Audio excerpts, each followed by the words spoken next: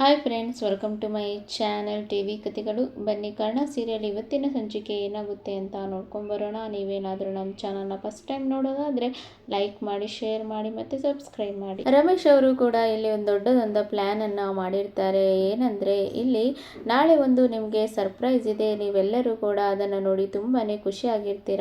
ನಾಳೆ ಬೆಳಿಗ್ಗೆ ಎದ್ದು ಬೇಗ ಎಲ್ಲರೂ ರೆಡಿಯಾಗಿ ಅಂತ ಇಲ್ಲಿ ಹೇಳಿರ್ತಾರೆ.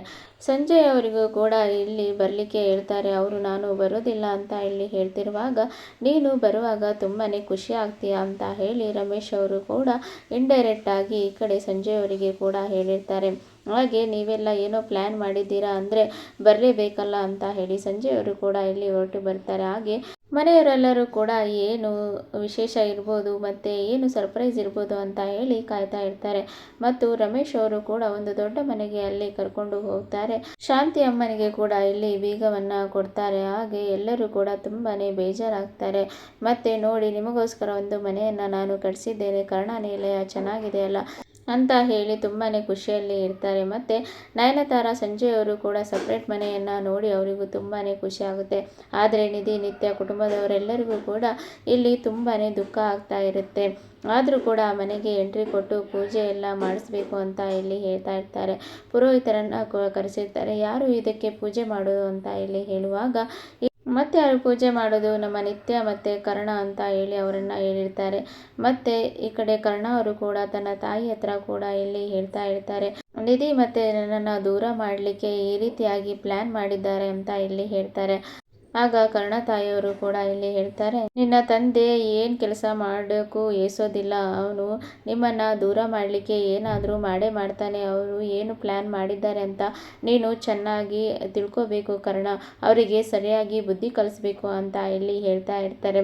ಆಗ ಕರ್ಣ ಅವರು ಕೂಡ, ಅಮ್ಮ, ಅವರು ಏನೇನು ಪ್ಲ್ಯಾನ್ ಮಾಡ್ತಾ ಇದ್ದಾರೆ ನಾನೆಲ್ಲವನ್ನು ತಿಳ್ಕೊಳ್ತೇನೆ, ಅವರಿಗೆ ಸರಿಯಾಗಿ ಬುದ್ಧಿ ಕಲಿಸ್ತೇನೆ ಅಂತ ಹೇಳಿ ಈ ಕಡೆ ಕರ್ಣ ಅವರು ಕೂಡ ಇಲ್ಲಿ ಹೇಳ್ತಾರೆ.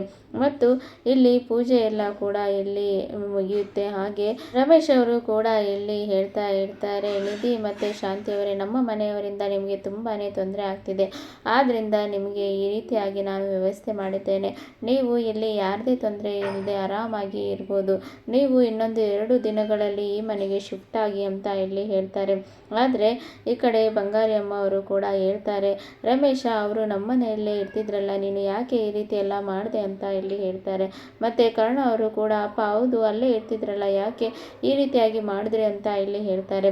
ಆಗ ರಮೇಶ್ ಅವರು ಕೂಡ, ನಮ್ಮಿಂದ ಯಾಕೆ ಅವರಿಗೆ ತೊಂದರೆ, ನೋಡಿ ಇವರೆಲ್ಲ ಕೂಡ ಅವರಿಗೆ ತುಂಬಾ ದೂಷಣೆ ಮಾಡ್ತಾ ಇದ್ದಾರೆ, ಮತ್ತು ಅವರು ಕೂಡ ನೊಂದ್ಕೊಳ್ಳೋದು ಏಕೆ ಅಂತ ನಾನು ಈ ರೀತಿ ಮಾಡಿದೆ ಅಂತ ಇಲ್ಲಿ ಹೇಳ್ತಾರೆ. ನಮ್ಮಿಂದ ಯಾರಿಗೂ ತೊಂದರೆ ಆಗಬಾರ್ದು ಅಂತ ಇಲ್ಲಿ ಹೇಳ್ತಾರೆ. ಆಗ ಶಾಂತಿ ಅವರು ಕೂಡ, ಹೌದು, ನೀವು ನಮ್ಮಿಂದ ಯಾಕೆ ನಿಮಗೆ ತೊಂದರೆ, ನಾವು ಇಲ್ಲೇ ಇರ್ತೇವೆ ಬಿಡಿ ಅಂತ ಹೇಳಿ ಶಾಂತಿ ಅವರು ಮತ್ತು ನಿಧಿಯವರು ಕೂಡ ಒಪ್ಕೊಳ್ತಾರೆ. ಹಾಗೆ ಎಲ್ಲ ಪೂಜೆಯನ್ನು ಎಲ್ಲವನ್ನು ಮುಗಿಸಿ ಮನೆಗೆ ವಾಪಸ್ ಆಗ್ತಾರೆ. ಮತ್ತು ನಿಧಿಯವರು ಕೂಡ ಕರ್ಣನ ಹತ್ರ ಹೇಳ್ತಾ ಇರ್ತಾರೆ, ಸರ್, ನಿಮ್ಮಿಂದ ನೋಡಿ ನಾನು ಈಗ ದೂರ ಹೋಗಬೇಕಾಗಿದೆ, ನನಗೆ ನಿಮ್ಮಿಂದ ದೂರ ಇರಲಿಕ್ಕೆ ಆಗೋದಿಲ್ಲ ಸರ್ ಅಂತ ಇಲ್ಲಿ ಹೇಳ್ತಾ ಇರ್ತಾರೆ. ಆಗ ಕರ್ಣ ಅವರು ಕೂಡ, ನಿಧಿ, ಏನು ಮಾಡೋದು, ಅಪ್ಪ ಈ ರೀತಿ ಎಲ್ಲ ಮಾಡಿದ್ದಾರಲ್ಲ, ಆದರೆ ನಿನ್ನನ್ನು ನಾನು ಯಾವುದೇ ಕಾರಣಕ್ಕೂ ಬಿಟ್ಟು ಕೊಡೋದಿಲ್ಲ. ನಾನು ನಿಮ್ಮನ್ನು ಆದಷ್ಟು ಬೇಗ ಈ ಕುಟುಂಬಕ್ಕೆ ಕರೆಸ್ಕೊಳ್ತೇನೆ. ಅವರು ಏನು ಪ್ಲ್ಯಾನ್ ಮಾಡಿದ್ದಾರೋ ಅಂತ ನಾನು ಎಲ್ಲವನ್ನ ತಿಳ್ಕೊಳ್ಬೇಕಾಗಿದೆ ಅಂತ ಹೇಳಿ ಮನಸ್ಸಿನಲ್ಲಿ ಅಂದ್ಕೊಳ್ತಾ ಇರ್ತಾರೆ. ಆಗ ನಿಧಿಯವರು, ಸರ್, ಏನಾದರೂ ಮಾತಾಡಿ ಅಂತ ಇಲ್ಲಿ ಹೇಳ್ತಾರೆ. ಆಗ ಕರ್ಣ ಅವರು ಕೂಡ ಹೇಳ್ತಾರೆ, ನಾವು ಯಾವಾಗಲೂ ಇಲ್ಲೇ ಇದ್ದೀವಲ್ಲ, ಹತ್ರನೇ ಇರೋದು, ಮತ್ತು ಹಾಸ್ಪಿಟ್ಲಲ್ಲಿ ಕೂಡ ಡ್ಯೂಟಿಯಲ್ಲಿ ಇರ್ತೇವೆ. ನೀನು ಯಾವುದೇ ರೀತಿ ಚಿಂತೆ ಮಾಡಬೇಡ, ನಾನು ಯಾವಾಗಲೂ ನಿನಗೆ ಸಿಗ್ತಾ ಇರ್ತೇನೆ ಅಂತ ಇಲ್ಲಿ ಹೇಳ್ತಾ ಇರ್ತಾರೆ. ಮತ್ತು ನಿತ್ಯ ಅವರು ಕೂಡ ತುಂಬಾ ಬೇಜಾರಲ್ಲಿ ಇರ್ತಾರೆ. ಶಾಂತಿ ಮತ್ತು ನಿಧಿ ಕೂಡ ಯಾವಾಗಲೂ ನನ್ನ ಜೊತೆ ಇದ್ದರು, ಅವರು ಬೇರೆ ಆಗಿಬಿಟ್ರಲ್ಲ ಅಂತ ಹೇಳಿ ಅವರು ಬೇಜಾರಲ್ಲಿ ಕೂಡ ಇರ್ತಾರೆ. ನಯನತಾರ, ಸಂಜಯ್ ಅವರು ಕೂಡ ಮತ್ತು ರಮೇಶ್ ಅವರು ಕೂಡ ಕೂತ್ಕೊಂಡು ಮಾತಾಡ್ತಾ ಇರ್ತಾರೆ. ಅಣ್ಣ, ನೀನು ಒಳ್ಳೆ ಪ್ಲ್ಯಾನ್ ಮಾಡಿದ್ದೀಯ. ಕರ್ಣನಿಂದ ನಿಧಿನ ದೂರ ಮಾಡಿದ್ದು ನನಗೆ ತುಂಬಾ ಸಂತೋಷ ಆಯಿತು. ಹೌದು ಡ್ಯಾಡ್ ಅಂತ ಹೇಳಿ ಸಂಜಯ್ ಅವರು ಕೂಡ ಹೇಳ್ತಾರೆ. ಇನ್ನು ನಾನು ಕೆಲಸ ಪ್ರಾರಂಭ ಮಾಡಿದ್ದೇನೆ ಅಷ್ಟೇ, ನೀವು ಇದಕ್ಕೆ ಎಷ್ಟು ಖುಷಿ ಪಟ್ಟರೆ ಇನ್ನು ಮುಂದೆ ಆಗೋದಕ್ಕೆ ಎಷ್ಟು ಖುಷಿ ಪಡ್ತೀರೋ ಅಂತ ಇಲ್ಲಿ ಹೇಳ್ತಾರೆ. ಆಗ ನಯನತಾರ ಅವರು ಕೂಡ, ಏನು ಮಾಡ್ತೀಯೋ ಬೇಗ ಮಾಡೋಣ, ಇದು ನಮಗೆ ಎಷ್ಟೆಲ್ಲ ಹಿಂಸೆಯನ್ನು ಕೊಟ್ಟಿದ್ದಾರೆ, ನಾವು ಅವರಿಗೆ ತಕ್ಕ ಪಾಠವನ್ನು ಕಲಿಸಲೇಬೇಕು ಅಣ್ಣ ಅಂತ ಇಲ್ಲಿ ಹೇಳ್ತಾರೆ ರಮೇಶ್ ಅವರು. ಹೌದು, ನಾನು ಅವರನ್ನು ಸುಮ್ಮನೆ ಬಿಡೋದಿಲ್ಲ, ಅವರಿಗೆ ಏನು ಮಾಡಬೇಕು ನಾನು ಅದನ್ನು ಮಾಡ್ತೇನೆ ಅಂತ ಹೇಳಿ ರಮೇಶ್ ಅವರು ಕೂಡ ಇಲ್ಲಿ ಹೇಳ್ತಾರೆ. ಮತ್ತು ಕರ್ಣ ಅವರು ಕೂಡ ಈ ಕಡೆ ಯೋಚನೆನ ಮಾಡ್ತಾ ಇದ್ದಾರೆ. ಅಪ್ಪ ಅವರು ಕೂಡ ಇಷ್ಟು ತಾಳ್ಮೆಯಿಂದ ಇಷ್ಟು ಪ್ರೀತಿಯಿಂದ ಇದ್ದಾರೆ ಅಂದರೆ ಇವರು ಏನೋ ಸಂಚನ್ನು ಮಾಡ್ತಾ ಇದ್ದಾರೆ, ಅದು ಏನಂತ ನಾನು ತಿಳ್ಕೋಬೇಕು ಅಂತ ಹೇಳಿ ಕರ್ಣ ಅವರು ಕೂಡ ಅಂದ್ಕೊಳ್ತಾರೆ. ಮತ್ತು ನಿಧಿಯವರು ಕೂಡ ತನ್ನಿಂದ ದೂರ ಆಗಿರೋದು ಕೂಡ ಅವರಿಗೆ ತುಂಬಾ ಬೇಜಾರನ್ನು ಉಂಟು ಮಾಡ್ತಾ ಇರುತ್ತೆ.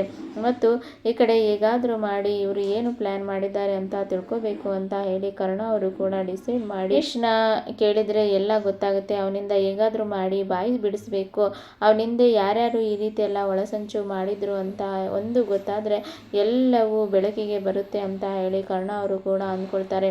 ಅವನಿಂದ ಹೇಗೆ ಬಾಯಿ ಬಿಡಿಸೋದು ಅಂತ ಹೇಳಿ ಯೋಚನೆ ಮಾಡ್ತಾ ಇರುವಾಗ ಈ ಕಡೆ ಆ ಪೊಲೀಸ್ ಅವರು ಕೂಡ ಅವರಿಗೆ ನೆನಪಿಗೆ ಬರುತ್ತೆ.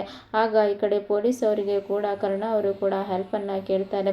ಆಗ ಪೊಲೀಸ್ ಅವರು ಕೂಡ ಹೇಳ್ತಾರೆ, ನೀವು ನಮ್ಮ ಕಸ್ಟಡಿಯಲ್ಲಿ ನಮಗೆ ಎಷ್ಟೆಲ್ಲ ಹೆಲ್ಪನ್ನು ಮಾಡಿದ್ದೀರಿ ಸರ್, ನಿಮಗೆ ಹೆಲ್ಪ್ ಮಾಡ್ತೇವೆ ಅಂತ ಹೇಳಿ ಈ ಕಡೆ ಪೊಲೀಸ್ ಅವರು ಕೂಡ ಇಲ್ಲಿ ಹೇಳ್ತಾರೆ. ಗಣೇಶ್ನಿಂದ ಸತ್ಯವನ್ನು ಕೂಡ ಇಲ್ಲಿ ಬಾಯಿಯನ್ನು ಬಿಡಿಸ್ತಾರೆ ಅಂತಾನೆ ಹೇಳ್ಬೋದು. ಮತ್ತೆ ಇದೆಲ್ಲ ಕೂಡ ಕರ್ಣನಿಗೆ ಗೊತ್ತಾಗುತ್ತೆ. ಮತ್ತೆ ಇದನ್ನು ಇಟ್ಟುಕೊಂಡು ರಮೇಶ್ಗೆ ತಕ್ಕ ಪಾಠ ಕಲಿಸಬೇಕು ಅಂತ ಹೇಳಿ ಈ ಕಡೆ ಕರ್ಣ ಅವರು ಕೂಡ ಸಿದ್ಧ ಆಗ್ತಾರೆ. ಅವರು ಏನೆಲ್ಲ ಪ್ಲ್ಯಾನ್ ಮಾಡಿದ್ದಾರೋ ಅದೆಲ್ಲವನ್ನು ಕೂಡ ಉಲ್ಟಾ ಮಾಡಲಿಕ್ಕೆ ಕರ್ಣ ಅವರು ಕೂಡ ಡಿಸೈಡ್ ಆಗ್ತಾರೆ. ಮತ್ತು ಮನೀಶ್ ಅವರಿಗೆ ಕೂಡ ಇಲ್ಲಿ ಅವರಿಗೆ ಯಾವುದೇ ತೊಂದರೆ ಆಗದ ಹಾಗೆ ಕರ್ಣ ಅವರು ಕೂಡ ಇಲ್ಲಿ ನೋಡ್ಕೊಳ್ತಾ ಇರ್ತಾರೆ. ಮತ್ತು ನಯನತಾರ ಸಂಜೆ ಅವರಿಗೂ ಕೂಡ ತಕ್ಕ ಪಾಠವನ್ನು ಇಲ್ಲಿ ಕಲಿಸ್ತಾರೆ ಅಂತಾನೆ ಹೇಳ್ಬೋದು. ಕರ್ಣ ಅವರು ಕೂಡ ರಮೇಶ್ ಅವರ ಹತ್ರ ಮತ್ತೆ ಮನೆಯವರನ್ನ ಎಲ್ಲರನ್ನ ಕರೆದು ಹೇಳ್ತಾರೆ, ಇದಕ್ಕೆ ನಾನು ಜೈಲಿಗೆ ಹೋದೆ ಅಲ್ಲ, ಇದಕ್ಕೆಲ್ಲ ಕಾರಣ ಯಾರು, ಇದರಿಂದ ಯಾರಿದ್ದಾರೆ ಅಂತ ಗೊತ್ತಾಯ್ತು ಅಂತ ಇಲ್ಲಿ ಹೇಳ್ತಾರೆ. ರಮೇಶ್, ನಯನತಾರ, ಸಂಜೆ ಅವರೆಲ್ಲ ಕೂಡ ಇದನ್ನು ಕೇಳಿ ಶಾಕ್ ಆಗ್ತಾರೆ. ಹೌದಾ, ಯಾರು ಅಂತ ಇಲ್ಲಿ ಹೇಳ್ತಾರೆ. ಆಗ ಈ ಕಡೆ ರಮೇಶ್ ಅವರು ಕೂಡ ಹೌದಾ ಯಾರು ಹೇಳು, ಅವರನ್ನು ಸುಮ್ಮನೆ ಬಿಡಬಾರ್ದು ಅಂತ ಹೇಳಿ ಹೇಳ್ತಾ ಇರ್ತಾರೆ. ಆಗ ಕರ್ಣ ಅವರು ಕೂಡ ಇದನ್ನೆಲ್ಲ ಕೂಡ ನಾನು ಮೀಡಿಯಾ ಮುಂದೆ ಹೇಳಬೇಕು ಅಂತ ಹೇಳಿದ್ದೇನೆ ಅಪ್ಪ, ಅವರನ್ನು ಮಾತ್ರ ಸುಮ್ಮನೆ ಬಿಡಬಾರ್ದು, ನೀವು ಅವತ್ತು ಮೀಡಿಯಾ ಎಲ್ಲ ಅರೇಂಜ್ ಮಾಡಿದ್ರಲ್ಲ ಅದೇ ರೀತಿಯಾಗಿ ಅರೇಂಜ್ ಮಾಡಿ ಅವರನ್ನು ನಾನು ಮೀಡಿಯಾಗೆ ತೋರಿಸಿ ಅವರು ಮಾಡಿದ ತಪ್ಪುಗಳಿಗೆ ಜನರು ಏನು ಶಿಕ್ಷೆ ಕೊಡ್ತಾರೆ ನೋಡೋಣ, ಅವರಿಂದಾನೇ ಶಿಕ್ಷೆ ಪಡೀಲಿ ಅಂತ ಇಲ್ಲಿ ಹೇಳ್ತಾ ಇರ್ತಾರೆ. ಆಗ ಈ ಕಡೆ ರಮೇಶ್ ಅವರು ಕೂಡ ಜನರಿಂದ ಯಾಕಪ್ಪ ಅವರಿಗೆ ಕಸ್ಟಡಿಗೆ ಒಪ್ಪಿಸಿದ್ರೆ ಆಗ್ಬೋದಲ್ಲ ಅಂತ ಇಲ್ಲಿ ಹೇಳ್ತಾರೆ.